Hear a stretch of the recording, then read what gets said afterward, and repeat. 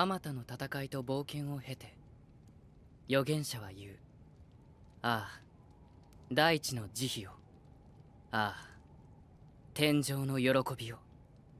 鉄のくびきから解き放たれ、私たちの魂は救済されるだろう。永遠に。永遠に。Nier Automata takes place in a future where machines have nearly wiped out humanity and mankind has escaped to the moon.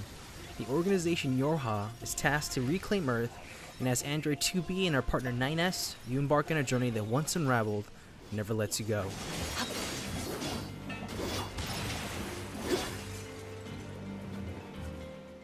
Automata pulls many different gameplay genres, mixes it in a bag, and pops out something surprisingly good. From hack and slash, side-scrollers, top-down puzzles, to bullet hell shooters, the game never lets you play one style too long. It might seem strange, but it really kept things interesting, and I personally enjoyed the shifts in gameplay. The meat of the game is still all about shredding machines through a julienne salad, and Nier Automata does not disappoint. Developer Platinum Games, creator of notable titles such as Bayonetta and Metal Gear Rising, crafted a fighting system that is just as beautiful as it is deadly. Combat is fluid, the weapons feel weighted and different, and it felt effortless to be a badass android. Coupled with a fairly robust chip system to customize to your playstyle, such as healing from damage given and to getting a damage buff by taunting an enemy, I really felt like I could play how I wanted. A theme of Yoko Taro games is to have multiple endings, and Automata is no exception. While there are 26 endings, there are 5 main ones with an ending opening after each subsequent playthrough.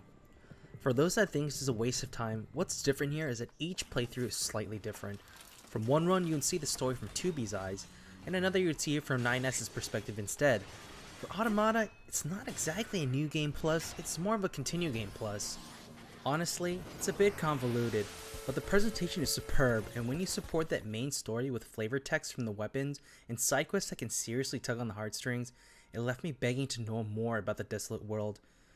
The story may seem to end after a certain point, but it only picks up from there and sends you down a rabbit hole of insanity. When I got to the final ending, I was left in silence about what had just transpired.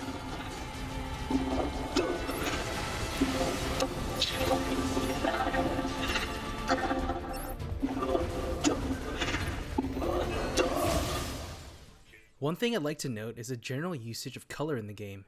The visuals tend to be a bit washed out, and there are even some sections that look seemingly unfinished as they are completely in black and white. It can seem off-putting at first, but I love the stylistic choice. It really adds on to the atmosphere, and when color is injected, it helps seal in your focus on what it's trying to emphasize. Another point I'd like to mention is the music. All I can say is that it captures the tones perfectly. From a lonely melody to portray the dystopian Earth, to a haunting tune that melts in creepiness and happiness, some of the music during certain scenes left an immense impact in me, far after I'd finished everything the game had to offer.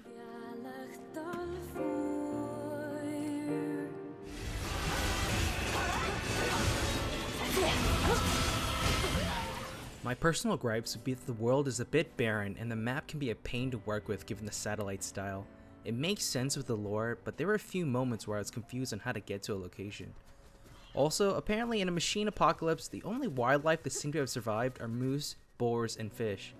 It's a bit nitpicky, but for a world that's been void of human life for such a long time, you'd expect more animals.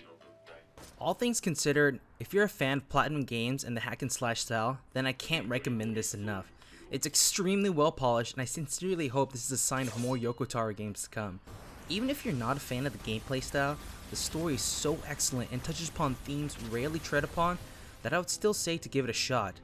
In my eyes, this is not a game of the year, it's the game of a generation. Yoko Taro is a madman, but a beautiful one that isn't afraid to push a story beyond generic tropes, and it's a breath of fresh 2B. どうもこのニーチェという人間の考えは深いですね。深すぎて私にはまだ変人にしか見えませんが、さて、本だけではなく私もこの世界を見て回らないといけませんね。